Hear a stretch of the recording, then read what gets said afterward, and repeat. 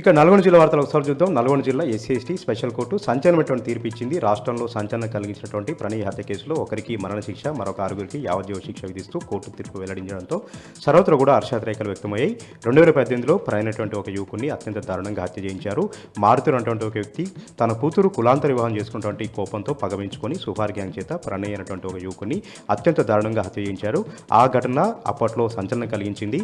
ఆ తర్వాత 1600 పేజీల ఛార్జ్షీట్ దాఖలు చేశారు. 102 మంది సాక్షుల్ని కోర్టు ఎదుట ప్రవేశపెట్టడంతో ఎట్టకేలకు 5.5 ఏళ్ల పాటు సాగినటువంటి దర్యాప్తు విచారణ నేపథ్యంలోనే స్పెషల్ కోర్టు ఈరోజు తీర్పు వెల్లడించింది. ఒకరికి మరణశిక్ష, మరొక ఆరుగురికి యావజ్జీవ శిక్ష విధించడంతో సర్వత్రా కూడా హర్షాతిరేకాలు వ్యక్తమై ప్రణయ్ తల్లిదండ్రులు, కుల సంఘాలు, సామాజిక సంఘాలన్నీ కూడా ఈ తీర్పు పట్ల హర్షాతిరేకాలు వ్యక్తం చేయడం జరిగింది. సమాజంలో కులాంతరాలకు స్థానం లేదు, ఎవరైనా ఎక్కడైనా సరే నిర్భయంగా బ్రతకొచ్చినటువంటి సందేశాన్ని పంపించేలాగా కోర్టు తీర్పు ఉందని కూడా సర్వత్రా కూడా అభినందనలు వ్యక్తం చేయడం జరిగింది.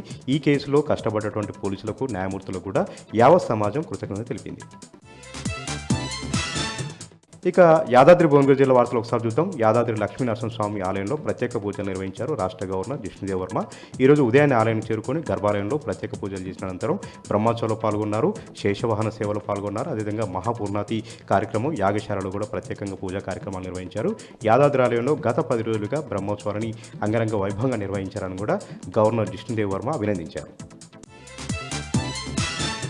ఇక సూర్యాపేట జిల్లా వార్తలు ఒకసారి చూద్దాం. సూర్యాపేట జిల్లా మునగరలో గంజాయి తరలిస్తున్నటువంటి ఒక వ్యక్తిని అరెస్ట్ చేశారు. అతని వద్ద నుంచి 30 కేజీల గంజాయిని స్వాధీనం చేసుకున్నారు. ఒరిస్సా నుంచి హైదరాబాద్కి లారీలో అక్రమంగా తరలిస్తుండగా పట్టుకున్నామని కూడా పోలీసులు తెలుపుతా ఉన్నారు.